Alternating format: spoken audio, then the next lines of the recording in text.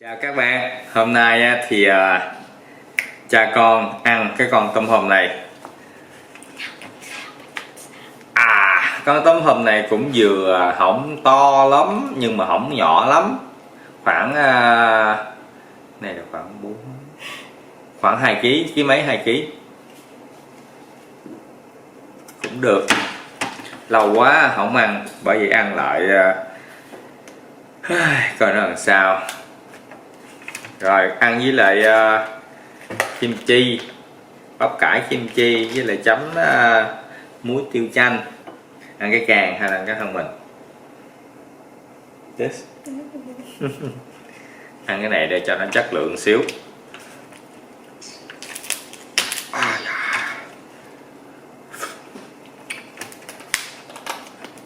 Wow. Wow. Ui. Cái đồ ngon. Nó rớt ra.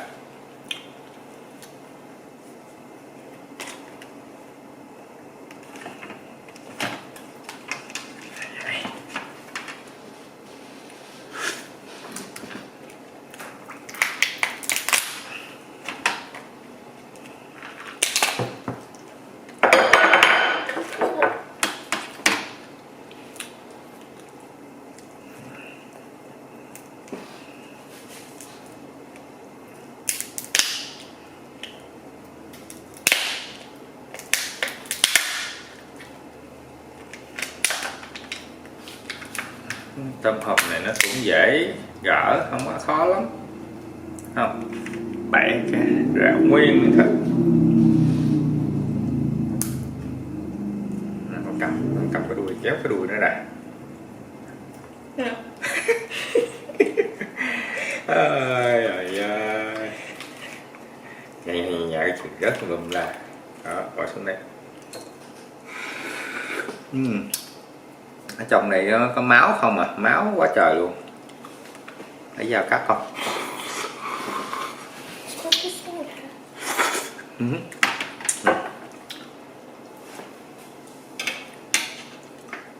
Máu tí, cắt nó làm hai. Với lại trong đây đôi khi có cái đường gì á,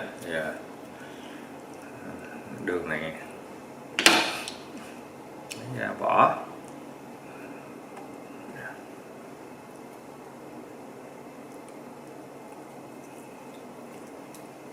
Dụ.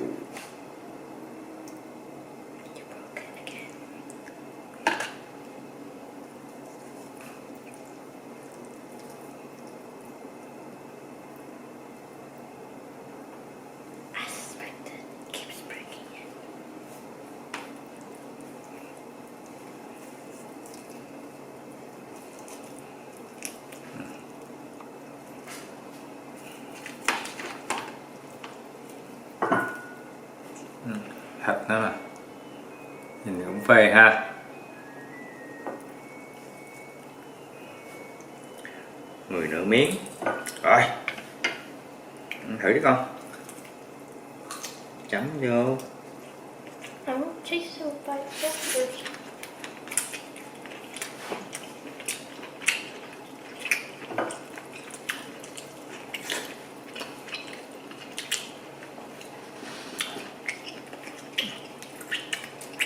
Thịt tôm hùm nó hơi dài dài.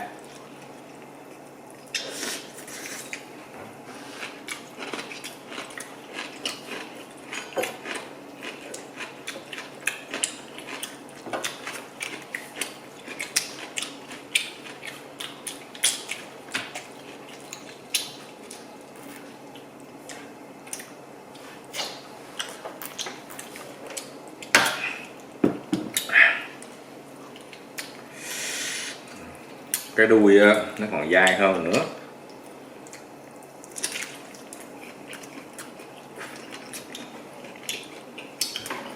Đó. Lâu lâu ăn ngon.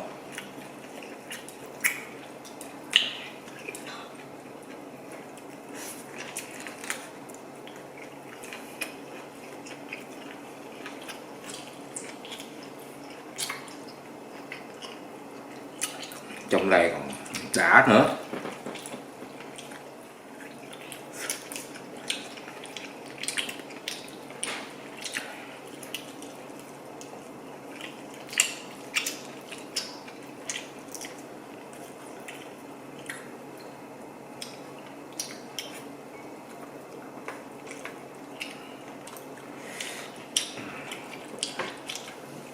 Quấn vô miếng kim chi nó như vậy nè.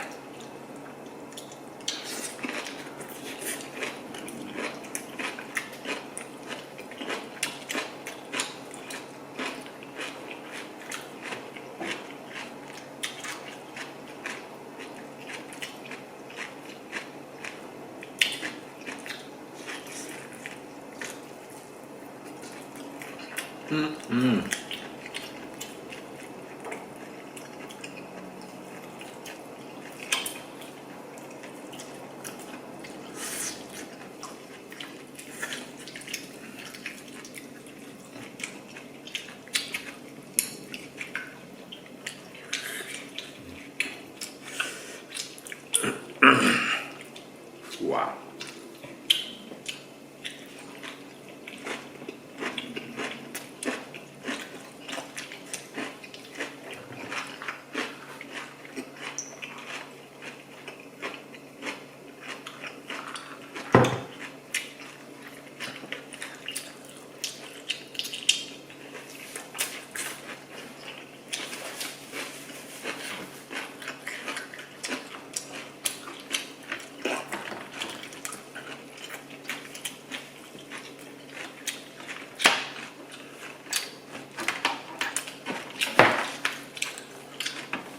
Không, hai cái càng nó vừa à, không có bự lắm.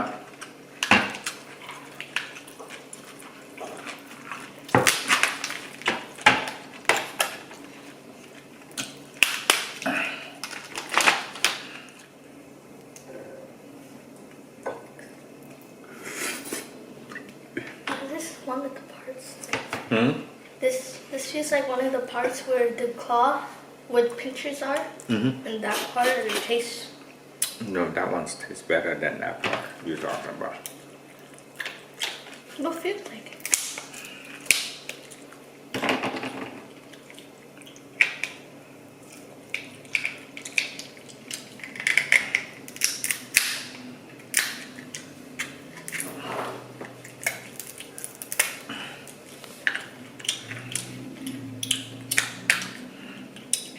Eat that one. Hmm? You eat that one. I don't feel like eating. Phải đập vậy nè, đập này cho nó bể ra, chứ không hồi khó lắm. Cho nó bể là hy vọng nó bể ra. Shouldn't you do on both sides? Hả? Shouldn't you do on both sides? Is it easier? No need. See. Come now. I'm a professional.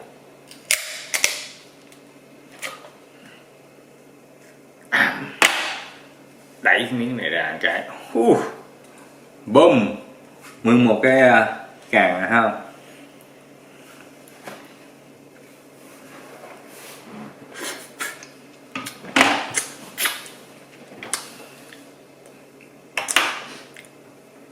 Để làm thịt cái miếng này coi.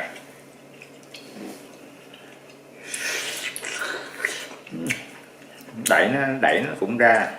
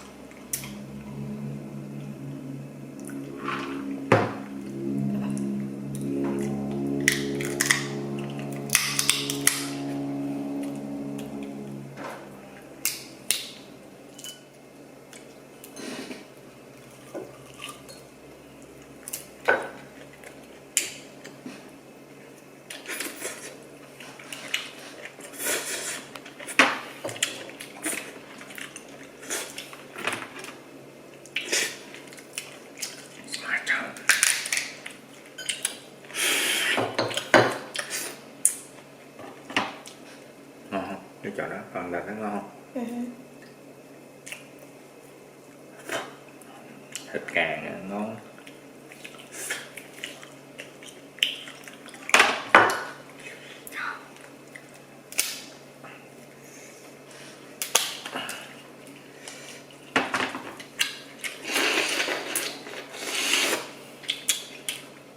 Con này cũng có nước quá trời.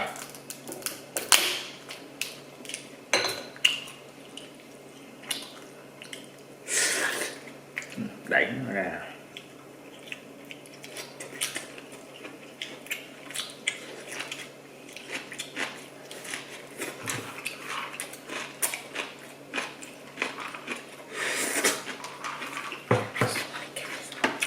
I just want to get this over with.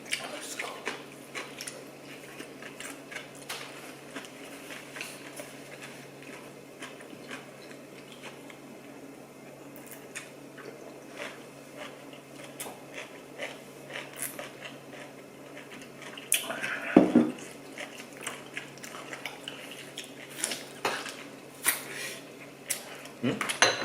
Còn miếng này của anh.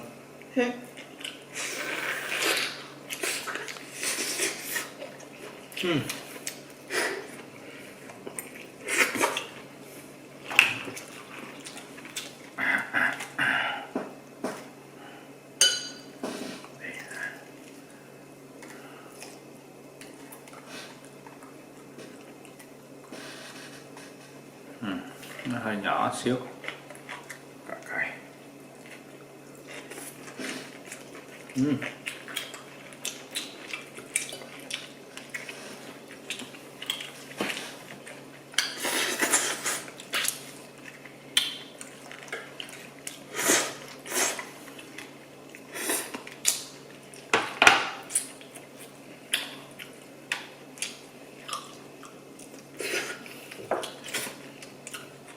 You can eat the rest of this if you will. Just rest from it.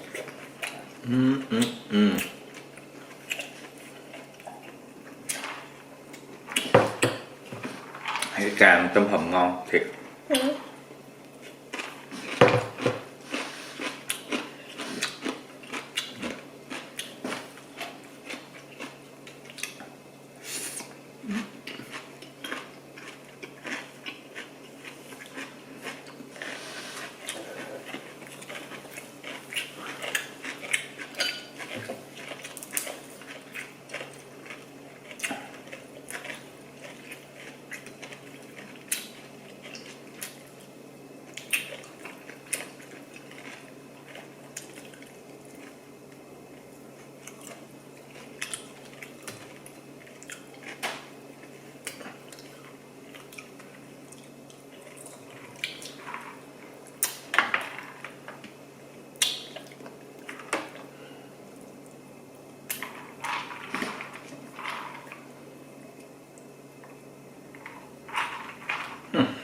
Chút nữa lấy, không muốn ra.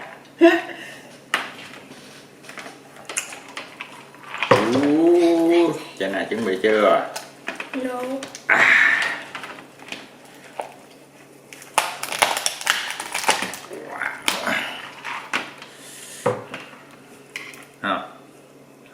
Rồi à. Spicy.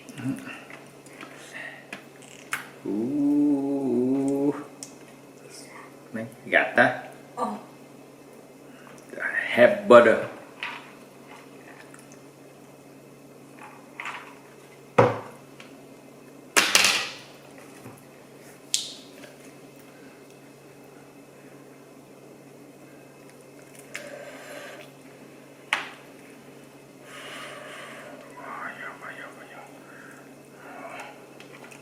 Thấy không?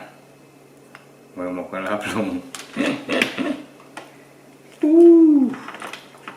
Rớt xuống, rớt xuống. Wow. It's still falling.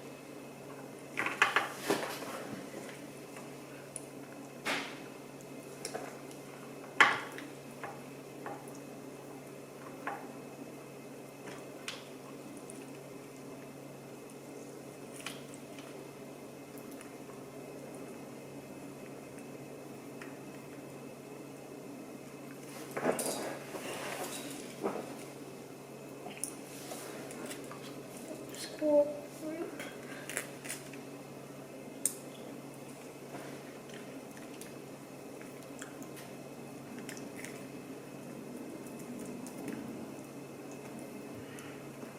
Này ha, cái này là cái bào tử của nó nè ha.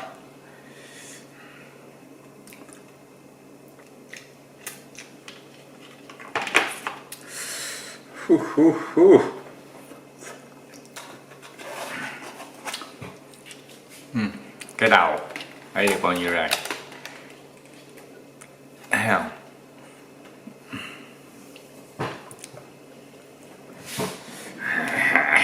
Ăn hay còn nè, lấy muỗng múc đi, múc ăn. Like it myself. Đấy, Oh. bỏ miếng muối tiêu chanh vô, họ nó ngán lắm. Ăn đi, sẽ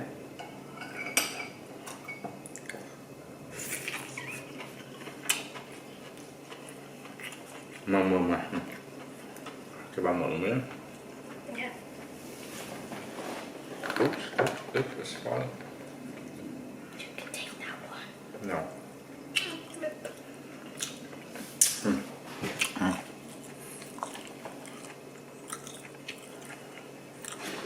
Gạch của nó thôi, phải không? Có hay. Nope. Không đổ nha. Cái này mà bỏ với cơm, ăn với cơm nó trời ơi, nó ngon rã nữa.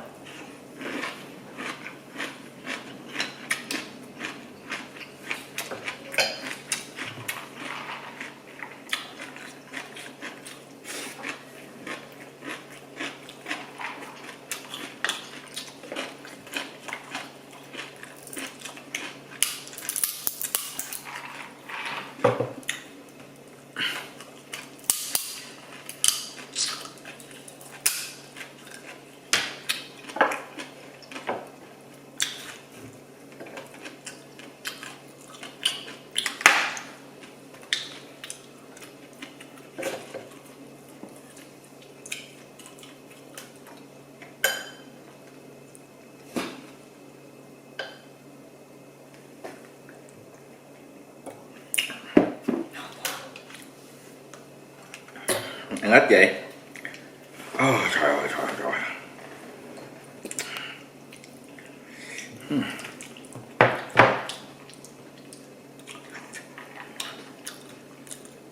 Nhìn nó không? Cái màu nó ăn nó béo, nó ngán lắm, nó béo.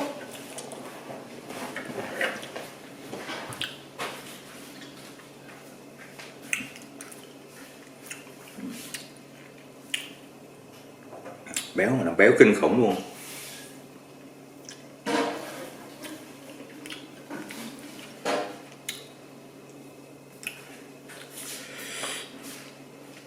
Ôi trời. Dằn tùm lum tùm la hết.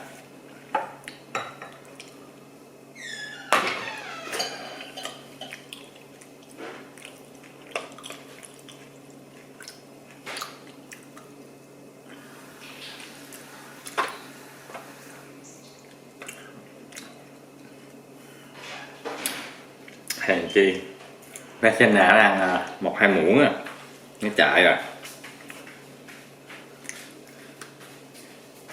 Oh,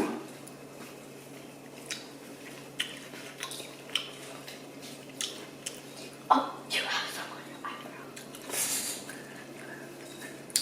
No, still off. No. Okay. On your chin as well. Nó dính tùm lum tùm la hết.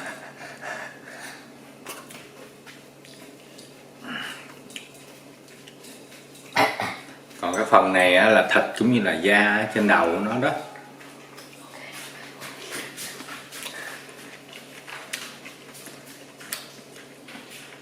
Ăn nó bớt ngán hơn.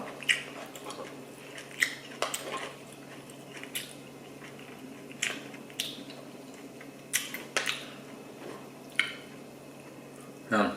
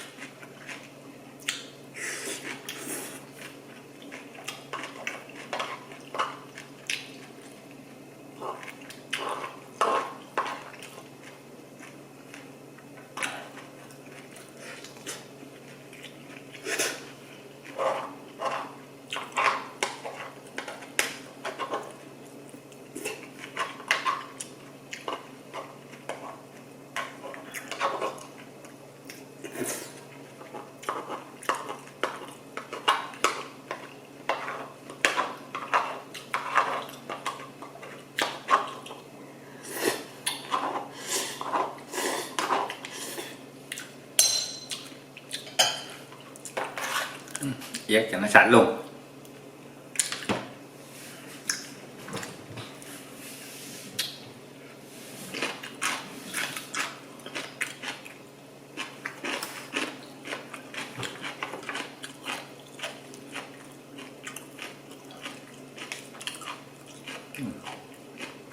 Bao tử đó không, nguyên cục bao tử bự càng ăn luôn. Còn ở trong đây thì có thịt, có da,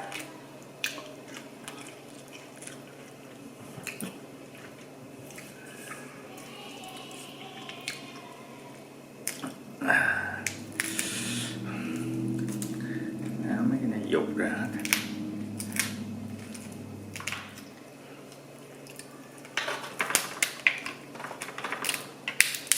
Mấy cái que này đừng có bỏ, thịt cũng nhiều lắm á. Ăn trong này là cái phần này không, chỏng thịt không nhưng cũng xương nhiều, bởi vì hơi khó ăn xíu. Ăn này phải ăn từ từ, không có gấp.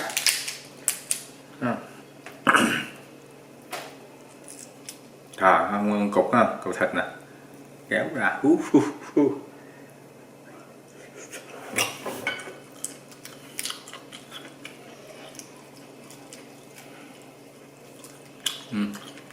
đó. Ăn cái phần thịt trên này giống như cái phần thịt đuôi của nó vậy, ngon lắm, nhưng mà hơi khó gỡ xíu thôi.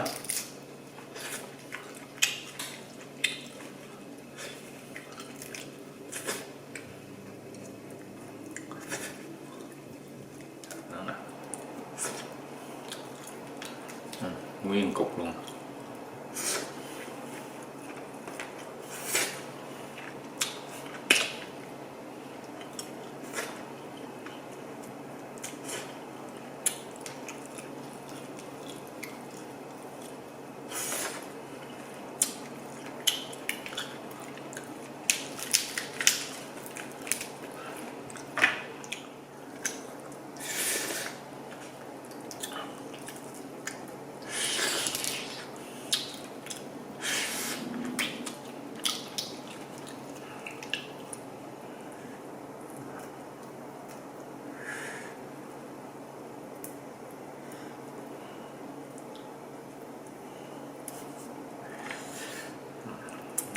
Thịt cuối cùng.